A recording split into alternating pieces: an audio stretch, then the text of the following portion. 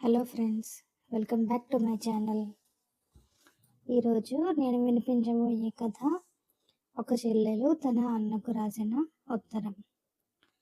Shekhar office నుంచి ఇంటికి రాగానే సుగుణ కాఫీతో పాటు భావన రాసిన ఉత్తరం కూడా తెచ్చి ఇస్తుంది.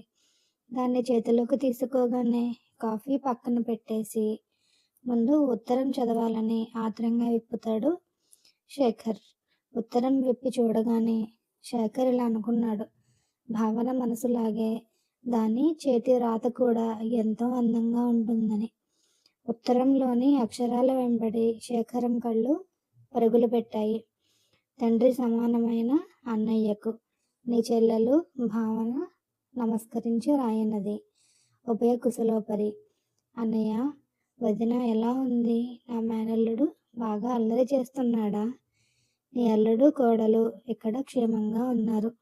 మీ బావగారు రోజు ఆఫీస్కు వెళ్ళి వస్తున్నారు. ఉత్తరం చదువుతున్న శేఖరం, పిచ్చిది, అందరి గురించి రాసింది, కానీ తన గురించి తప్ప. ఈ అన్నయ్య ఎప్పుడు తన చెల్లెలి కోసమే ఆలోచిస్తుంటాడని తెలియదా దానికి అనుకుంటాడు మనసులో. అన్నయ్య, నువ్వెప్పుడు నన్నే తలుచుకుంటావని తెలుసు. నువ్వు ఎప్పుడు నీ చెల్లెలు సుఖ సంతోషాలతో ఉండాలని కోరుకుంటే నేను అలా ఉండక ఇంకెలా ఉంటాను? అన్నయ్య, నాకు పిల్లలతో ఆయన ఆఫీస్ పనులతో నీ దగ్గరకు రావడం కుదరడం లేదు, కానీ ఎప్పుడు మనం కలిసి కూర్చుని మన చిన్ననాటి కబుర్లు చెప్పుకుంటామా అని ఎదురు చూస్తూనే ఉంటాను. అన్నయ్య, నీకు ఆ రోజులు గుర్తున్నాయా? చిన్నప్పుడు మనం డబ్బులు నాటితే డబ్బుల చెట్టు వస్తుందనుకునేవాళ్ళం.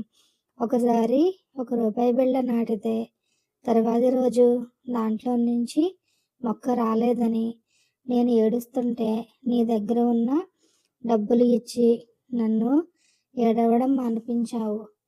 మనిద్దరం చిన్నప్పుడు వేసవిలో డాబా మీద పడుకుని కబుర్లు చెప్పుకుంటూ నక్షత్రాలు లెక్క పెట్టుకుంటూ నిద్రపోయిన రోజులు గుర్తున్నాయా అన్నయ్య? అమ్మ ఆవకాయ కలిపి ముద్దలు పెడుతుంటే ముందు నాకంటే నాకు అని పోటీ పడి తినేవాళ్ళం. ఒక్కొక్కసారి తలుచుకుంటే ఆ రోజులే ఎంతో బాగున్నాయనిపిస్తుంది. ఇప్పుడు సంవత్సరానికి ఒక్కసారైనా నిన్ను కలవడానికి వీలు కుదరడం లేదు. నిన్న అనుకోకుండా మన చిన్నప్పటి ఫోటో ఆల్బమ్ కనిపించింది. దాన్ని తెరచి చూస్తుంటే మన చిన్ననాటి జ్ఞాపకాలు నా కళ్ళ ముందు ఒక్కొక్కటిగా తిరుగుతున్నాయి. నువ్వు తప్ప నాకు వేరే స్నేహితులు ఎవ్వరూ ఉండేవారు కాదు కదా అన్నయ్య. నిన్ను ఎవరైనా ఏమైనా సరదాకి అన్నా సరే నాకు చాలా కోపం వచ్చేది. చివరకు అమ్మనైనా సరే నిన్ను ఒక్క మాట కూడా అననిచ్చేదాన్ని కాదు. అన్నయ్య, వదిన మాత్రం నన్ను తల్లి కంటే ఎక్కువగా చూసుకుంది. నువ్వంటే నాకు తోడబుట్టిన వాడివి. నీకు నా పైన ప్రేమ ఉండడంలో ఆశ్చర్యమేమీ లేదు. కానీ వదిన అమ్మ లేకపోవడంతో తానే నాకు అన్నీ అయింది. వదిన రుణాన్ని నేను ఎప్పటికీ తీర్చుకోలేననిపిస్తుంది అప్పుడప్పుడు. అందరికీ మొదటి పురుడు మాత్రమే పుట్టింట్లో జరుగుతుంది. కానీ అన్నయ్య, నాకు నీ వల్ల వదిన వల్ల 2 పురుల్లో కూడా అస్సలు 5వ నెల వచ్చే వరకు కాలు కింద పెట్టకుండా జరిగాయి. మొదటిసారి పెట్టావు కదా, మళ్ళీసారి ఎందుకు అంటే కూడా వినకుండా నీ మేనకోడలికి చెవులు కుట్టించి దానికి ఒత్తులు వేయించి నాకు పసుపు కుంకుమలతో పాటు సకల లాంఛనాలతో నన్ను అత్తారింటికి పంపించావు. నీ రుణం ఎలా తీర్చుకోగలను? నాకు మన నాన్నగారు ఉన్నా కూడా అన్ని లాంఛనాలు జరిపించి ఉండేవారు కాదనిపిస్తుంది. నేను మీ బావగారు నీ గురించి వదిన గురించి ఎన్నోసార్లు తలుచుకుంటాం.